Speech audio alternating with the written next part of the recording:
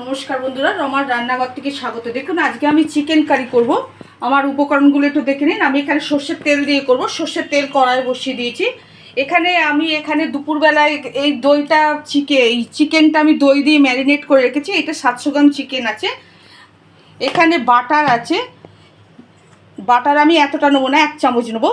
এখানে দেখুন লঙ্কা গুঁড়ো আছে, কাশ্মীরি লঙ্কা গুঁড়ো 1 চামচ, জিরে গুঁড়ো 1 চামচ, ধনে গুঁড়ো 1 চামচ, হলুদ পরিমাণ মতন আছে। এখানে আছে নুন আছে পরিমাণ মতন, একটা পেঁয়াজ কুচোনো আছে। এখানে আছে মিষ্টি, একটু চিনি আছে কালারের জন্য নেবো। দুটো তেজপাতা আছে, শুকনো লঙ্কা দুটো আছে, আর গরম মশলা আছে। এখানে এবার দেখুন পেঁয়াজ আছে, পেঁয়াজ পেস্ট আছে, কাঁচা লঙ্কাকে আমি আধ বাটা করে রেখেছি। আর এইখানে দেখুন টমেটো পেস্ট আছে আমার। আমি এইটাকে করব। আদা রসুনটা স্কিপ করে গেছি। আদা রসুনটা আমি যখন করব মাংসটা তখন দেখাবো বন্ধুরা।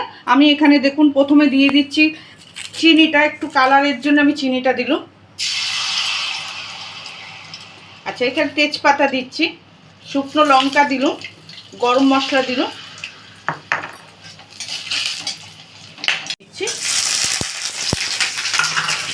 একটু পেঁয়াজটা একটু ভাজা হবে দিয়ে যে ফোড়নগুলো দিয়েছি। এই পেঁয়াজটাও ভাজা হয়ে এসছে, স্বচ্ছ মতন হয়ে গেছে। এখানে এই দেখুন টমেটো পেস্ট আছে, আর আদা আছে, এই পেঁয়াজ আছে, কাঁচা লঙ্কা আছে 10টা, আর দুটো পেঁয়াজ আছে বড়, আর টমেটো একখানা আছে। আমি এখানে ঢেলে দিলাম পেস্টটা।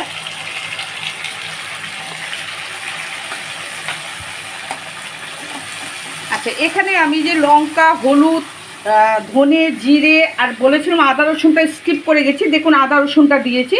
আমি এখানে একটু মশলাটা একটু ফেটিয়ে নেব।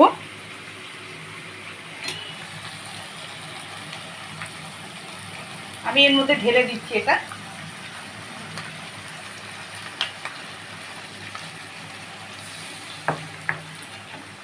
এখানে দেখুন বন্ধু কাজু বাদাম আছে বন্ধুরা।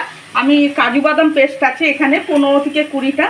আমি যখন মাংসটা করব তখন আপনারা থাকুন আমার সঙ্গে। মশলাগুলো যে দেখিয়েছিলাম সেই মশলাগুলো দিয়েছি।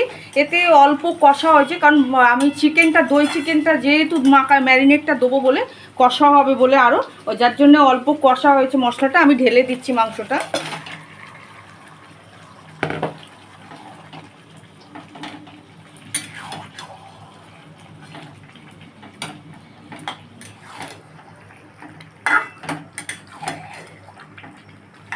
মশলাটা আমার চিকেন দিয়ে কষা হয়ে গেছে, তেল ছেড়ে গেছে। আমি এর মধ্যে দিয়ে দিচ্ছি এই যে কাজু বাদাম যে পেস্টটা আছে, কাজু বাদাম পেস্টটা দিয়ে দিচ্ছি। আচ্ছা, পরিমাণ মতো নুন দিয়ে দিচ্ছি। আমার অল্প করে নুন দিয়ে ম্যারিনেট করা ছিল, আমি বলতে ভুলে গেছি। আমি এখন পরিমাণ মতন দিয়ে দিচ্ছি।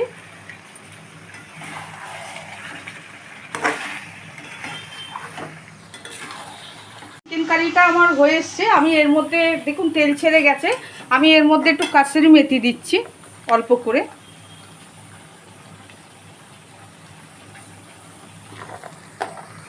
বাটার দিচ্ছি 1 চামচ। যদি রেসিপিটা ভালো লাগে বন্ধুরা, বেশি করে শেয়ার করবেন, লাইক করবেন, কমেন্ট করবেন। আমার চ্যানেলের পাশে থাকার জন্য পুরনো বন্ধুদেরকে অসংখ্য ধন্যবাদ, নতুন বন্ধুদেরকে স্বাগত। বন্ধুরা আপনারা এইভাবেই যেন আমার পাশে থাকেন, আপনাদেরকে ধন্যবাদ জানাই বন্ধুরা।